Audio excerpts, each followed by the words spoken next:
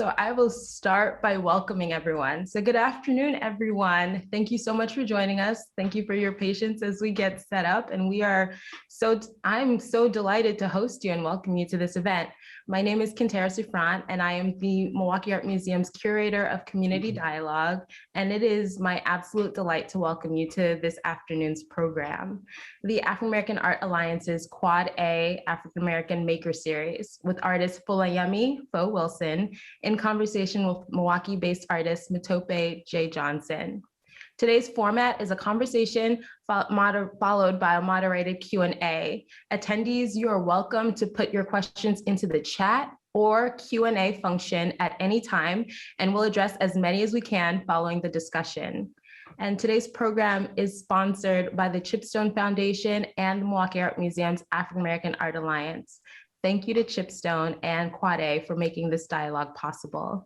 And now I'd like to formally introduce our speakers, but I imagine that you all need no introduction because you've got a generous fan club here. Matope J. Johnson is a Milwaukee-based visual artist whose body of work is best known for themes directly related to African American history and its influence on popular culture.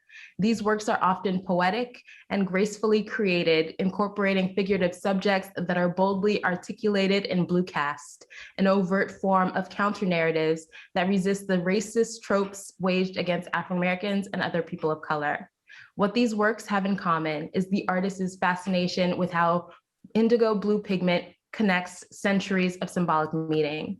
These passionate and informed works exhibit a broad range of contexts, sometimes reminiscent of the bygone 19th century social realism tradition, where art becomes a type of visual code recognized within the African American visual arts vernacular. Matope's educational background includes an MFA degree from the University of Wisconsin-Milwaukee Peck School of the Arts, Department of Art and Design, a BFA degree from the University of Wisconsin-Whitewater Art and Design Department, and Johnson's visual art is widely collected and has been included in exhibitions at the Overture Center of Fine Arts Gallery in Madison, Wisconsin, the Charles Allis Fine Arts Museum, Northern Kentucky University Fine Arts Gallery, the Charles A. Wustum Fine Arts Museum, the Chipstone Dave Project Gallery at the Milwaukee Art Museum, Juxtaposition Gallery in Minneapolis, Minnesota, the Susan Woodson Gallery, Chicago, Illinois, and a long list of others.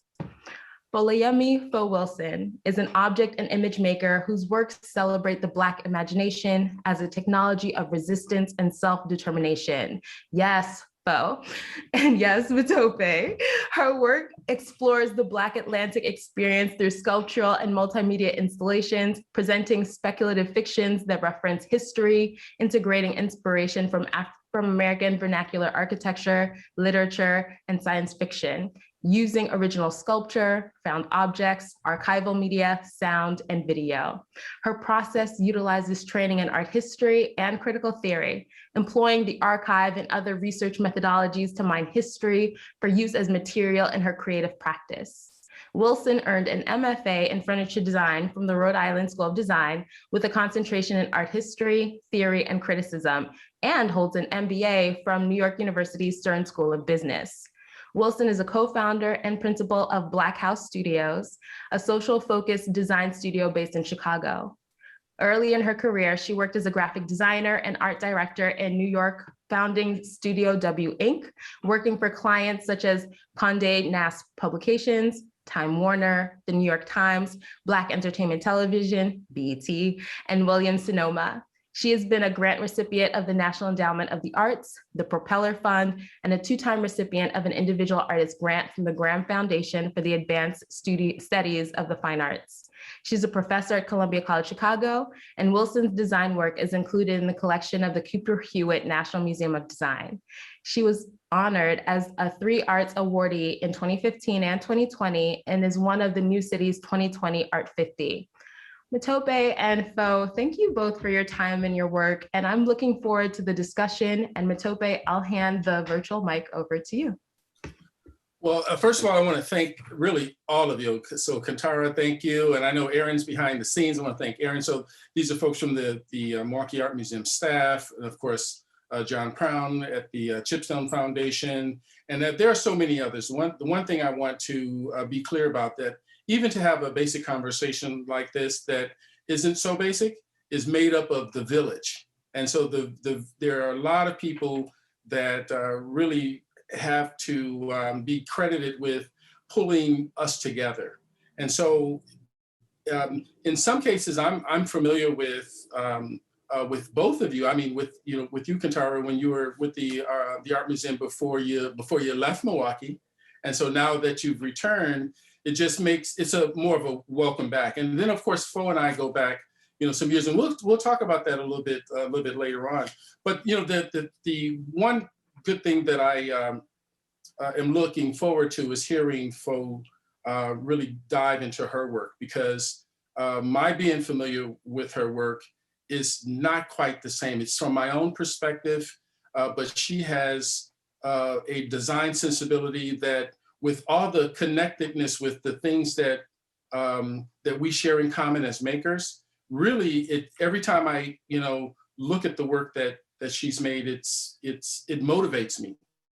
And so, Fo, the best way I could ask you to to really get into this conversation is to take us down memory lane a little bit. Let's look at your early beginnings here in Milwaukee, because some people may not be aware that you have Milwaukee ties as well, and the strength of how Milwaukee may have informed your work. But more importantly, I'd like to go down that memory lane with you and see how, now that you're in Chicago, the difference between how when you were here and what informed your work, and now that you're in Chicago, how that environment informs your work. So let's just start with that.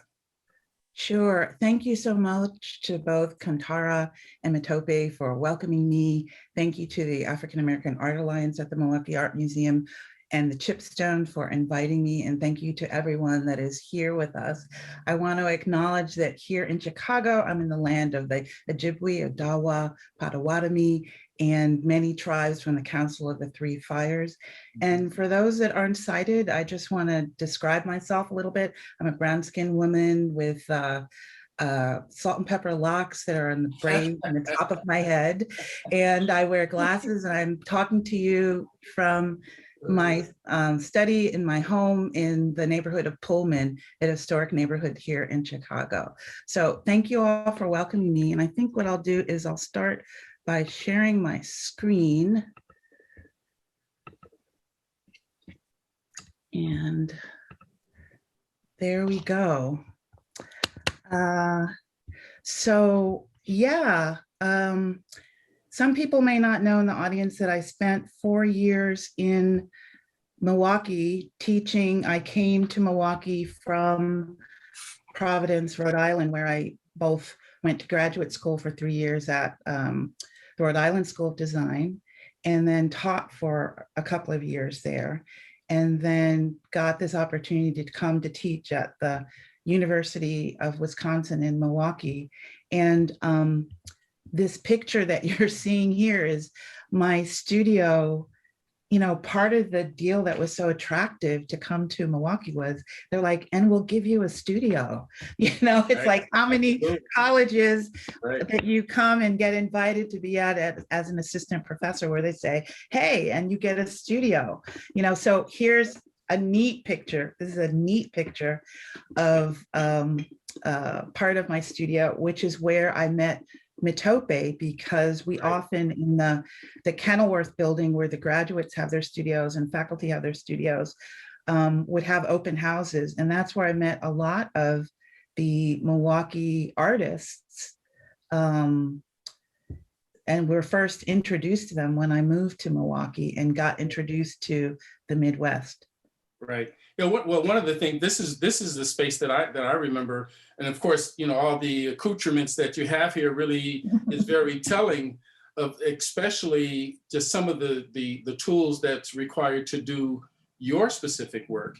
And if I recall, that there were moments when like Sandy Robinson from Quad A would often connect people in various ways, and so I was always able to be among the art crowd that traveled to spaces like this. And so when I first met you, I walked in there and I was really blown away, because the work that you share in the other part of the studio that the viewers can't see really reveals, in some cases, some of the work that you had in progress. And I think that you move a lot of things out of the way just to make room for the amount of the capacity that we enjoy, of course, before all this COVID stuff kept us away from each other. So yeah, so let's talk a little bit about, some of what we're seeing, because it's important to know that there's a lot more to you than, just the craft side. There's a lot more to you than, just the maker side. That there's these design sensibilities that really come out of your graphic arts background, which I'm totally familiar with. I've spent, years as a art director and creative director, so I know that it creates a different way of thinking. So help us out and explain maybe what is it that we're looking at. I can guess, but hearing it. Well, you're looking at a lot of tools and samples and models for things that I've made or making. You see some materials around and glue and bandsaw in the far left. So you're just seeing all the accoutrements of making an exploration that a maker has and all of their materials and things. And I wanted to just introduce a little bit about my background. Those are my parents, my father on the left, my mother on the right. And they represent very different experiences of African-American families. My mother came from an agrarian family of sharecroppers, and she came up from Georgia. Mm-hmm. And the story has it that she got off the bus, met my father, and fell in love instantly, thinking that he was going to give her some pretty babies. So that's the story as she told it. That's the story as she told it to me. And my dad, the dapper guy that he is, when he met my mother, was a professional jazz musician and had an 8-person combo, and they used to travel up and down the East Coast. So the Green Book is something that was very present in both his life and mine, because I remember when we used to travel for vacation to visit friends in like upstate New York, I'm from New York, that we would stop at these places to get things to eat that were Black-owned restaurants, and hotels. And we would go in there, and they would know his name because he frequented them when he was traveling as a musician, and he knew where he could take us that would be safe when we were traveling up to Canada or wherever we're going. And you talk about design, is I have to say that part of my environment was very design conscious. I mean, you see how my dad was dressed. He dressed like that all the time. Yeah. And his closet was actually bigger than my mom's. He had tons of shoes and suits from when he was performing, and was the kind of man who could easily wear pink pants and feel totally comfortable, in color. So I have to say that him with some other members of my family, I inherited a sense of aesthetic. Yes. In terms of space and looking at things. And, when I was coming up, you would never see a man go out without his hat, and a clean, crisp shirt. That's true. So that kind of aesthetic I've kind of take for granted, but it was part of my upbringing to be clean and dapper and put together. And I think that when you think of design, it's very consciously put together. Yeah, that's very well put. The same thing with my memories.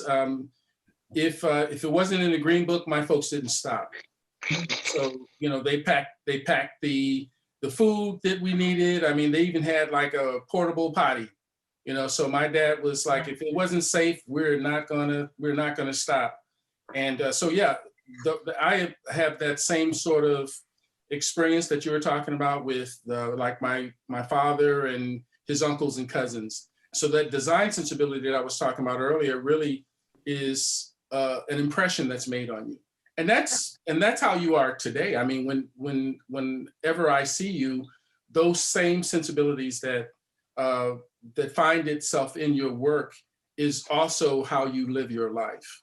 And so let's continue to explore that, because you got some really very powerful works of art that really speak to our history, and things that when you are creating these vignettes, how the strength of the depth of your thinking really comes through in that work itself. So I put together 3 projects. One is local to Milwaukee, and the 2 others are from here in Chicago. I don't know if we'll get through all of them, but we'll see how it goes. So many of you that are in Milwaukee are familiar with Eliza's Peculiar Cabinet of Curiosities in the Linden Sculpture Garden. It was installed in 2016, and it's open seasonally, and it should open, I think it needs the cabin needs a little repair. The critters love it during the winter, so it needs some attention, but it should open at May and be open, usually open through November. That project was supported by Polly Morris and the Chipstone Foundation, who contributed to its fabrication.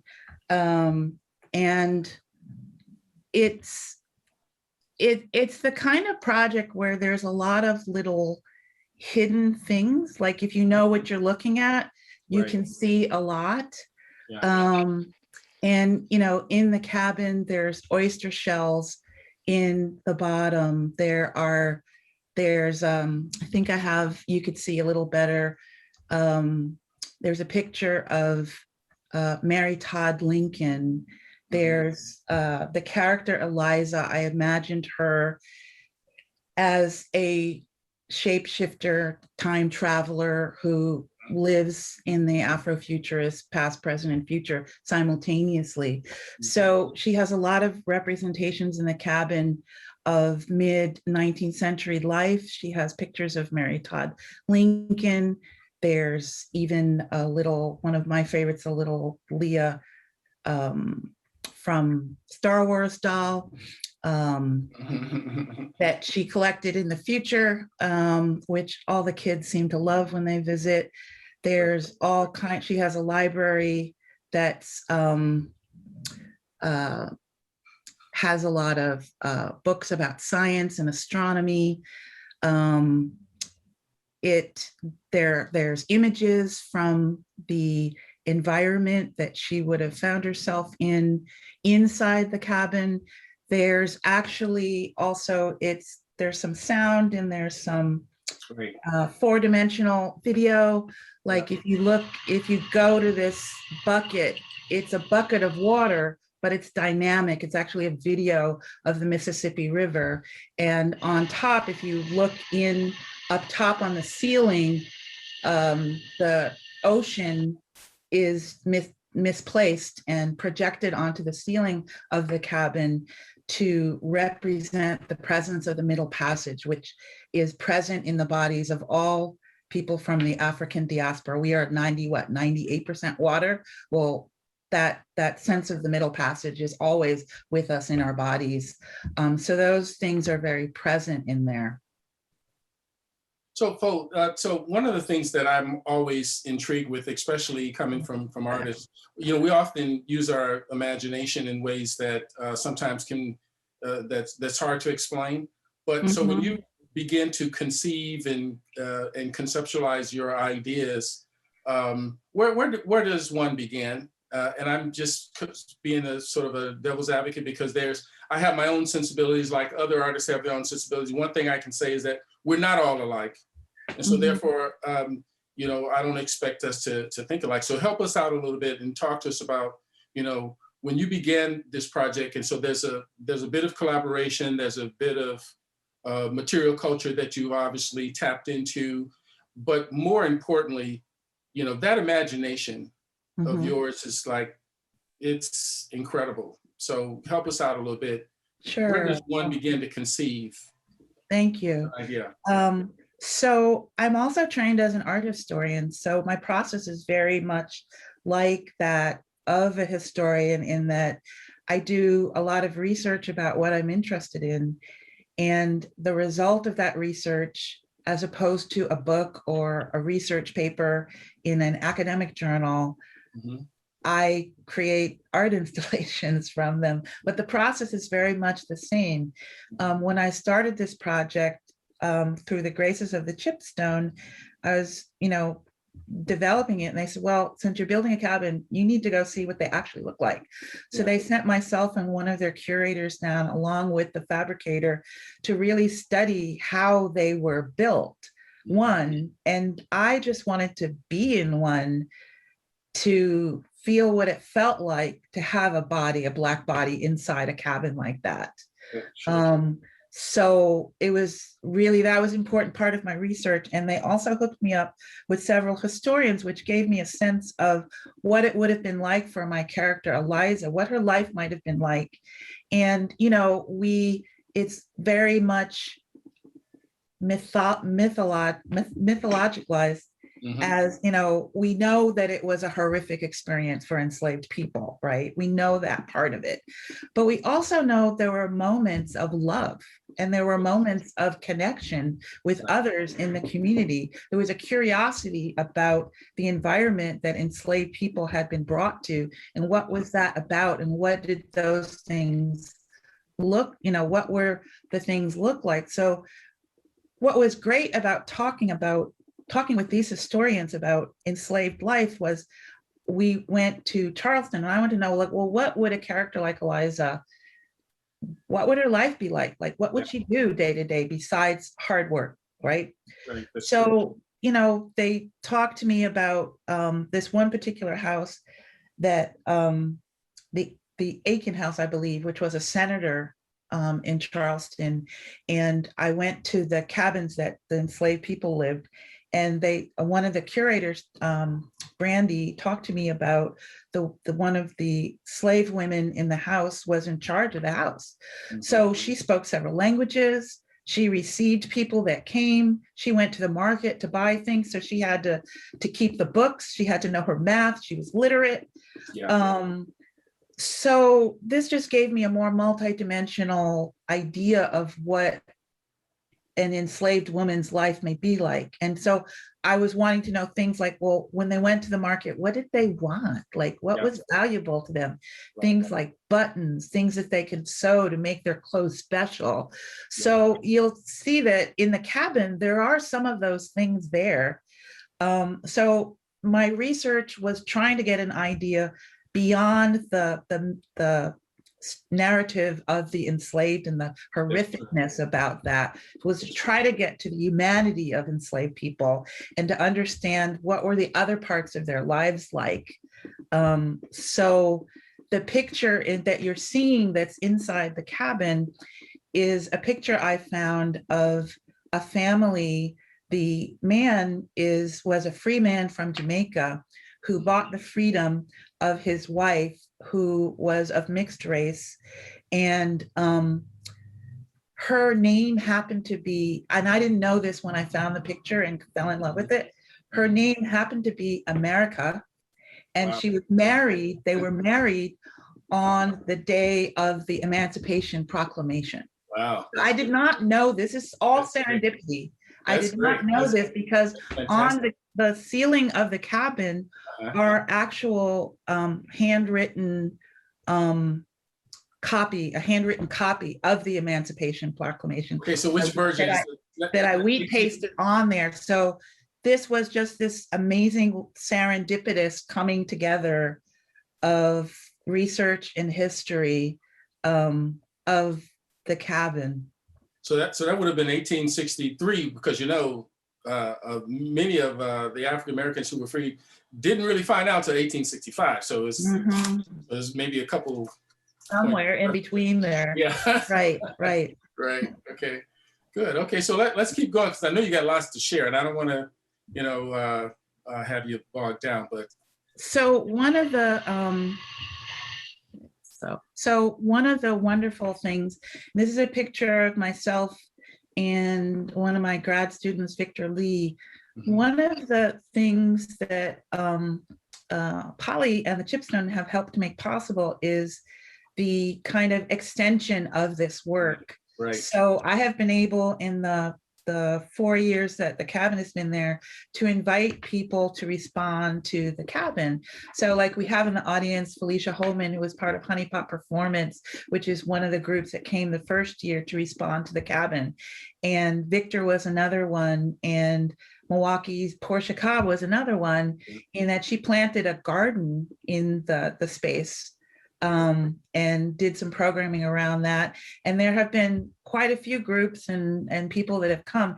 And I just tell them the story of the cabin and Eliza. I never say, hey, do this, do that. They decide what they're going to do. So here is just a short video of Victor and his group. They're just rehearsing for what they're going to do. And I loved when they came because they climbed all on top of the roof cabin, and that was like fantastic. It was just really great. And he created his own character in response, just like Portia created her own character, I think Aunt Lizzie's garden.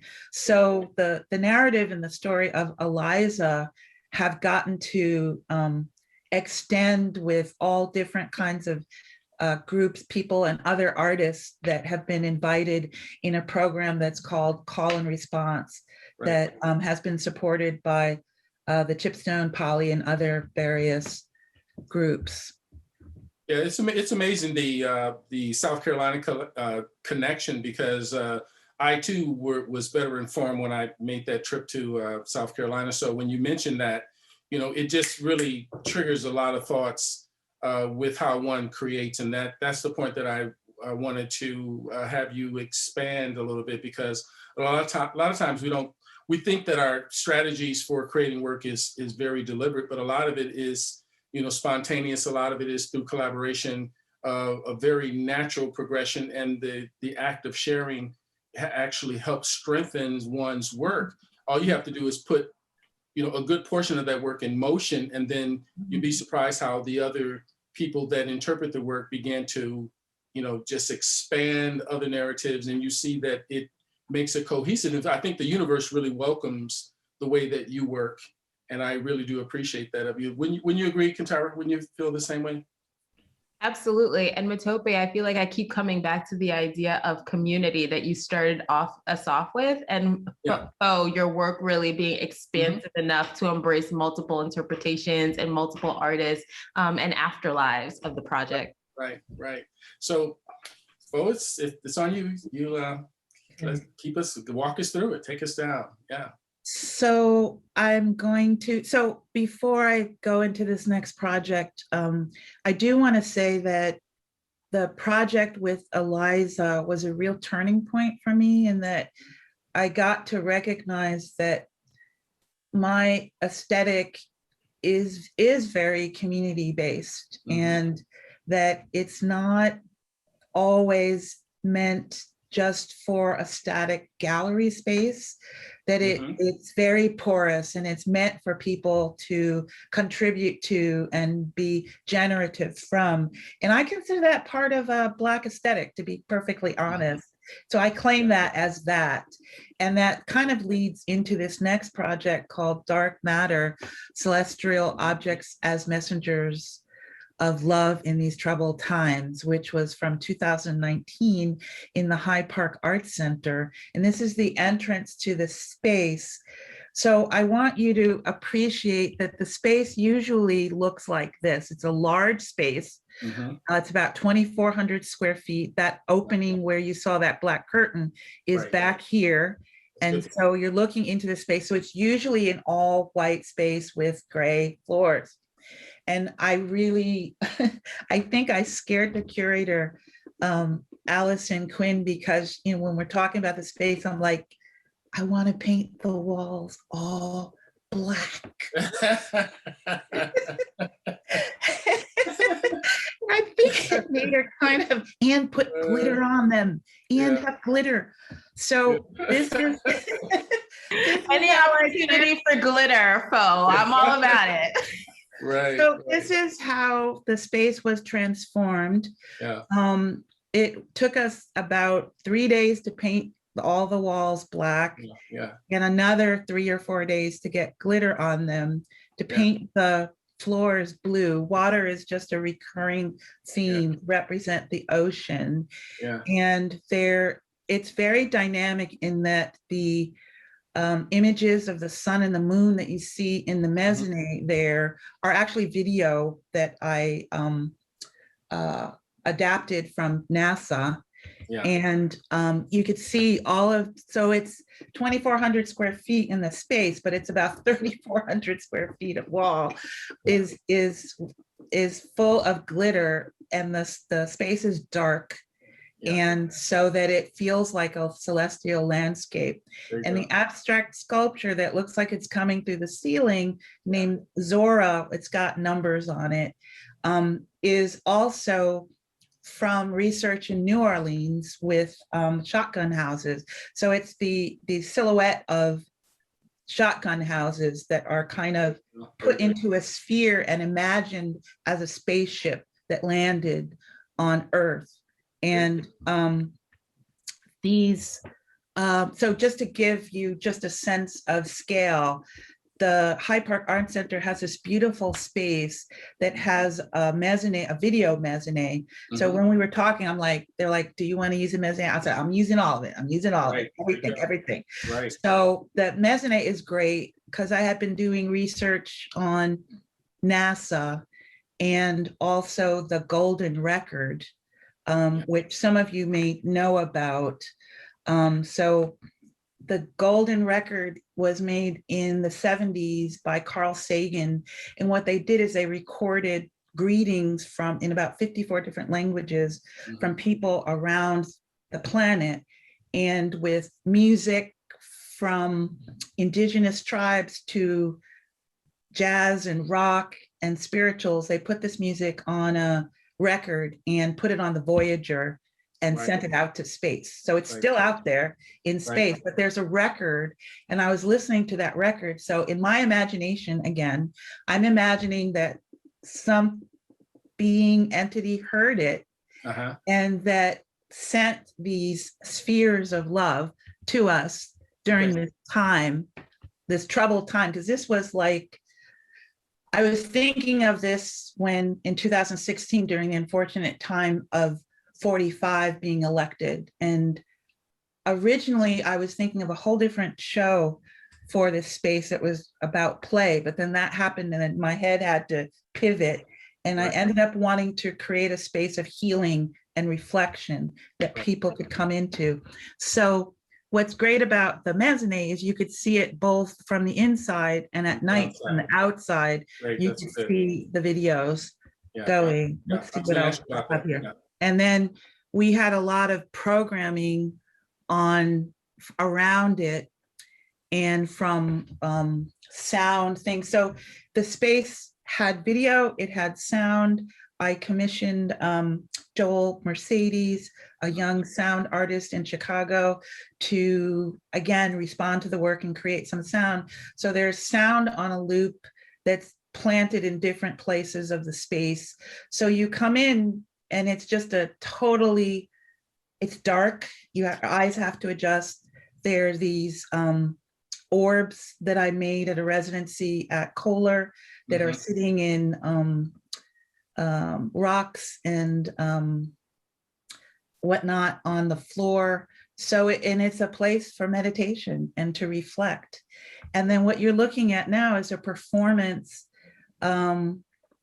I asked the poet and visual artist, Krista Franklin, to write a poem in response to the work. And she performed it with Ben Lamar Gay towards the end. And we recorded it on an LP, which is part of the exhibition catalog. Good, great. Yeah, so basically just kind of keeping the space activated, so that it's a continuous, expression of, that universal love that you talk about. So, because I really do believe that things are out there in the universe for us to have. And so that's how I see, imaginations that we put to use. And when that when those things out there in the universe, I refer to it as having my dream catcher up all the time. So if I got my dream catcher up, then those things in the universe, even while I'm sleeping, I will catch them. Then I will even go as far as to document them. So it looks as though that's exactly what you've done. But what you've done even more so that I appreciate is the fact that just the narratives of the objects themselves have these connections. And so like the idea of the framework of the shotgun house is really becoming more of a, not just a iconic representation of the shotgun house, but you've sort of looked at them in a very different way to reimagine them in this manner that you have, that it becomes more universal. So that whole idea of the, if it could very well be this traveling vessel through time, bringing some of that love that, I think that you eloquently have expressed. And I think that's the one thing that I love about artists too, is like, you can always tell when an artist loves what they're doing. It shows in their work, it shows in the amount of detail, it shows in the careful thought about words. It really, and so you had me with the blue floor already. So I was already there. Well, one of the homage to the shotgun house, a lot of people think that enslaved people came here with no culture or no technology.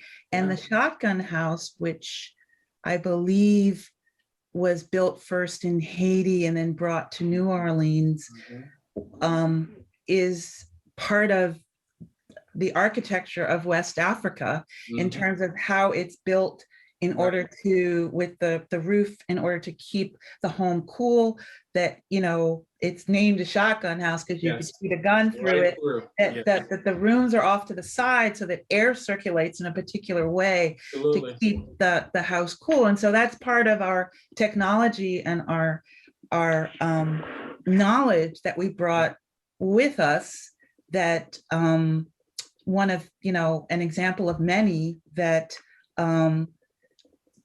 stands today. Before air conditioning. That's right, way before air conditioning. Right.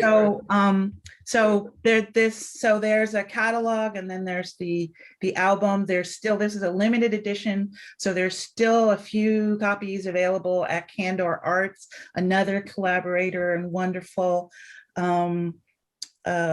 handmade bookmakers that are here in Chicago, that I collaborated with to bring the catalog together, that with the help of the Graham Foundation, who funded some of this. So I think I'll move on to the last project so we don't run out of time. And so, you asked about design, and I think I definitely identify as being a craftsperson because of my respect for the hand and for making well. Not to say that conceptual work, there's no hierarchy in my world. It's all on a horizontal continuum. But design and craft and conceptual art, they're all kind of, I don't go in the studio and say, oh, I'm doing design today. It's all kind of fused and integrated together. So Black House Studio is a studio I founded with Norman Teague in 2016. He has since gone on to have his own studio, Norman Teague Studios, but I'm still doing Black House Studios. And we were invited by the MCA to work on their with their Commons project. They created a new space in the museum that is actually free. You don't have to pay to come to the space. And they had invited artists to take over the space. And we took over the space with our Commons Table project, which is a more expansive project that involves community. And so what you're seeing are objects that people brought with them. We had a series of dinners in different communities around Chicago to, when we were talking with the museum, they were like, well, why don't you just have the dinners here? We were like, no, why doesn't the museum come to the community this time? Why do we have to always go to the museum to experience art? So we said, no, we were very firm about it. We kind of had to really fight for it. We're like, know. If you're a Commons and you're interested in inviting the community in, it's like kind of rude to invite the community to your house and you never go to their house. You got to go to their house too. So we Did I see you write something down? I've been taking copious notes this entire conversation. yeah. So we had, the way that we did it is we had some public convenience meetings, like we had an opening brunch and we had a final report after the project. But what we did is we had these dinners and we brought a portable kiosk. So to come to the dinner, we were asking questions around specific topics, and we asked everybody to bring an object that related to the topic and tell stories about it. And that's how we talked. It was around collecting, and we were challenging the museum around their strategies of collecting in terms of wanting to encourage the museum to invite the communities that they sit in or sit around to be part of the process of what you collect and your collection strategy. So that's how we use the theme of the Commons. So here you're seeing pictures of folks that had been to our dinners and brought objects. And what we would do, we had small mini exhibitions in the common space. We actually asked a community member to curate the objects of that particular dinner, to pick 10. And then we took pictures of people, we took their stories, we have all that archived, and then we presented their objects along with what they said about their objects and what they meant to the theme we were talking about. So we have several hundred images of people, from those that we invited or those that came to the museum as visitors who wanted their objects as part of our archive. And they talked about what collecting meant for them. That's great. And so these they were accumulated over time. Is that what you're saying also? This was, the exhibition was, let me go back to the date, from November of 2019 to March of 2020. So it's about 6 months that we collected, had these rotating exhibitions, and then presented, and then the curators would do talks. So really, it was just myself and Norman were kind of behind the scenes organizing it, but it really was a chance for the community to have a conversation with the museum. And we really thought they learned a lot, but given what has just happened, I don't know if people are aware, but given what has just happened, I don't know how much they've learned. But any case, that was the project. We are looking to try to create a publication that shows all of those objects, tells all of those stories, and some of the meetings and the exhibitions that we had. So that takes and makes the objects a living, breathing culture itself. Because I think it's, when people walk into a museum, they usually see the objects in those museums as almost static pieces, even without narrative or without story. And so that's one of the things that that I really love about collaborating with Chipstone too, is that they have what they call a living collection. And so when you do reach out to the community the way that you spoke of, and the way that you involve the community in it, they too can participate. And it's that participation beyond just observation. And I think that's where we have to go there often. Right. I feel like this conversation on community and participation is a great segue to questions, because we have a few. Fo, I just have to say, I loved hearing you talk about your projects, and I could spend all day here listening to you talk about your work. So thank you. Sure. Dio, and I apologize if I mispronounce your name, asked, how has the past year of COVID, racial reckoning, and solitude been reflected in your work and what you feel compelled to create? Hey, Dio, that's my son. Feels like a setup now. Well, it's interesting because of COVID. I really haven't been able, I moved out of my studio that I had at Mana and started working in my basement. And sometimes I would go to school where there was a shop. And So I've had to be resourceful in different ways. And it's interesting because I just did an inventory, like, okay, what do I have a lot of that I could work with that would be easy? And so I was like, I didn't realize I had a huge textile collection. Like I've been collecting textiles for decades, and I had all this textiles. I have an amazing sewing machine actually that I bought when I was from a class at UWM. It's really fancy Italian machine. I was like, because I have a piece that's coming in a show open next week, and it's textile based because that's what I had. I had a lot of textile and I had a lot of hardware, like, all kinds of different hardware that I might use to make furniture. So I started using those materials and upholstery materials.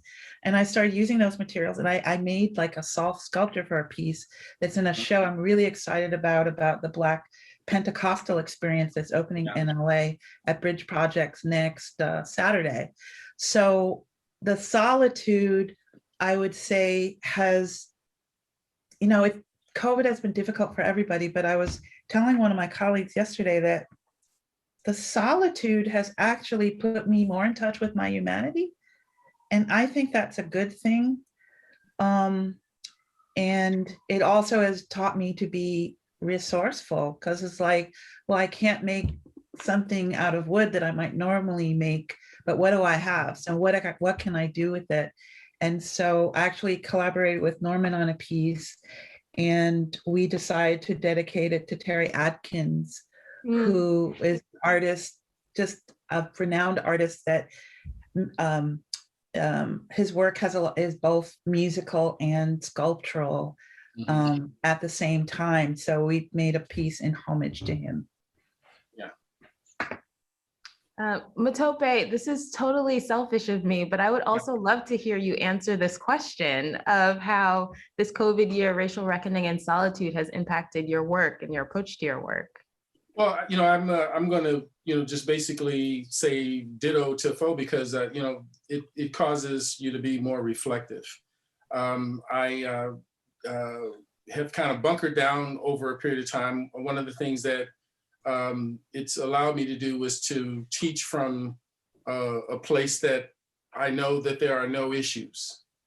It's one thing to work from your home. It's another thing to have the warmth and the welcomeness of family around you that supports your thinking. And so for me, my family has been 200% behind my work, because I do see myself in partnership with my wife as a provider, and being able to make the home a safe place and a creative place to be able to express yourself. So I produced a lot of work, over the last year. So I have no problem working, at home. I had no problem out in the community with people, and I still managed to be able to engage with students and to engage with mentees and to engage with fellow artists who I love. I talk to artists every day. Like, Della Wells is one of those artists I talk to practically every day. And so we keep each other inspired. And so there are others. I could go down the list and name artists who I've had a chance to engage with. And so the idea that it strengthens our position when we can work inward and be able to reach out. And so this platform allows me to be able to do that work continuously. So being able to connect with you and connect with Fo and connect with so many people that are on this Zoom call is really it's a beautiful thing. So my work hasn't stopped. Thank you both. Fo, we had some logistical questions that people asked. Rhonda asked, are these spaces permanent installations? So Eliza's Cabinet of Curiosities, and then I think your Dark Matter installation. No, only Eliza at the Linden Sculpture Garden, which should open May, but the Dark Matter closed, and so did the one at the Milwaukee Art Museum. And, it was interesting. It was so interesting because to see how different people responded to Dark Matter. Like, I got this note from a mother who said that their son would come every Sunday. They would come and he would, name the different planets, and he would just all into that. And so many people would come and say, Flo, I was just able to take a breath, just coming into space. I didn't realize I was tense and I could take a breath and I could breathe, because we had pillows outside. You could come and sit for as long as you want. And a lot of people, and it's funny because some white people would say, well, they just didn't get it, or they were looking for something to look at. And it was like, this is a place that is more for your body. It's a total sensory experience, because you hear, you see, you feel, and you be. It's a space to be, not to look passively. Like there's not a distance between the art and you kind of complete the experience. So I wish that I could do a nice permanent installation of dark matter, because it seemed to benefit people at the time when they were looking for healing. Yeah. Oh, I want to amplify what you've just said and the feedback that you've gotten, because Arnold Syfax Sr. in the chat said, I love the coordination of space and time coexistence in your display and combining Deep South shotgun homes with the cosmos. So that's registering even over the virtual space. And also, while I was seeing you present on Eliza's Cabinet of Curiosity, which was my first engagement with your work, I remember stepping into that space and feeling so witnessed and cared for, and also really excited to just pick apart Eliza's brain. I felt like I was like creating a friend in that space. So thank you for that. Thank you. Jack asked, would you be willing to speak on the collection of lamps and plants that frame the space of the Commons table? Sure. Those things that's part of the space itself. Like we did not put the plants in, that was in the space. The tables that have the objects are things that we designed. The display, the tables where the objects sat, and the exhibition design of the space, in terms of where the images go and whatnot. But the plants that were there were already there. That's the permanent part of the space. If you go there today, that's what's there. Yeah. Thank you, Fo. And Yevgenia asked, and apologies, Yevgenia, if I mispronounced your name, your practice shifted from more of a solo practice to one that necessitates social participation. Could you please expand on how you see the social and community engagement dimension of your practice and where it might go in the future? Sure. Thank you for that question, Yevgenia. I think that, as I was saying before, I think that the Eliza's Cabin was a turning point for me to really acknowledge that part of my aesthetic is a Black one, and that part of that aesthetic is organically or naturally includes community. And, I think in Western culture, the individual is celebrated, this idea of the myth of individual genius. We know it never happens like that, but there's still this myth of individual genius, right? Well, I don't think anything happens without collaboration and support, like Matope was talking about his family. Nothing happens in a vacuum by itself. No one creates art by itself. Michelangelo had 1 million assistants helping him paint those frescoes in the churches. And, the way that even architecture as a part of design, like we know that so-and-so would be credited for building a building, but we know there's hundreds and thousands of people, engineers and other interns that are doing those drawings and doing those 3D models that are getting that done. So I feel like community is part of my heritage. Like it's I don't have to really think about it. It's part of what I enjoy. I enjoy collaboration, and coming from a design background, collaboration was key. Being an art director, you're collaborating with people constantly. So I feel like in my visual art practice, it was natural to continue to do that, because I kind of like that too. Collaborating with people is just fun. I agree. Totally agree. Oh, I have a follow-up question in terms of how can museums and cultural spaces support your vision of collaboration and really censoring community in the ways that you do in your practice? I don't don't think it's so hard. Just ask the community to come in. Like, just invite them. You know, like you invite artists, you invite curators, you just invite the community in. And instead of telling them, here's what I want you to do, you say, hey, what would you like to do? And what do you think about this? I don't think it's all that hard to pivot. And I think that many cultures, not just African-American cultures, but many BIPOC cultures work from the premise of collaboration and community.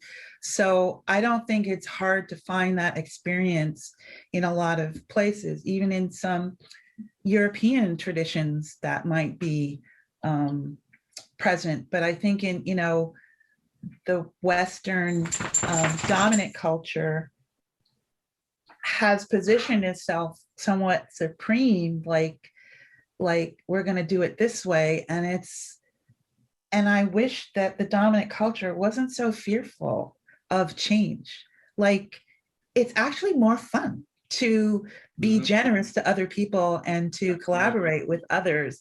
It's actually more fun. You learn about other people, traditions, foods, art, clothes, whatever. You learn about other people. And why wouldn't you want to do that? The world is full of such magic, you know, and a lot of people bring that magic, have magic to offer. So why wouldn't you want to have fun with them?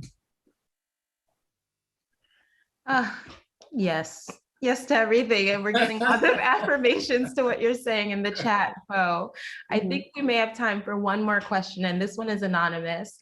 How is your teaching practice shifted / how does it affect your current creative practice? Teaching. Well, my teaching has always fed my practice, and my practice has always fed my teaching. And I think that with the effect of the pandemic and just what I'm learning about having the time to reflect on oneself and not be so busy, that to slow down in my teaching. Like, you know, you have this syllabus and you want to cram in all this stuff. And I feel like, gosh, I'm trying to think of the name of the cook that wrote Vibration Cooking. But I think of myself as a vibration teacher. Like, I try to learn who my Vertime Grosvenor, who wrote the book Vibration Cooking. I try to get to know my students as people, and I try to, in any class session, be very present with what's there at the moment.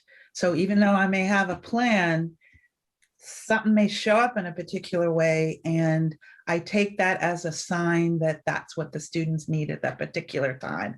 And so most of the time I'll pivot and I'll shift and I'll try to move what I'm trying to teach to whatever presents itself in the room through whatever students, and just try to deal with my students more as people as opposed to subjects. You know, I think too many of us as professors, there are subjects, like we're trying to ram all this stuff in their head, and they come with knowledge, and to acknowledge that knowledge is part of the pleasure of teaching for me, to learn them. And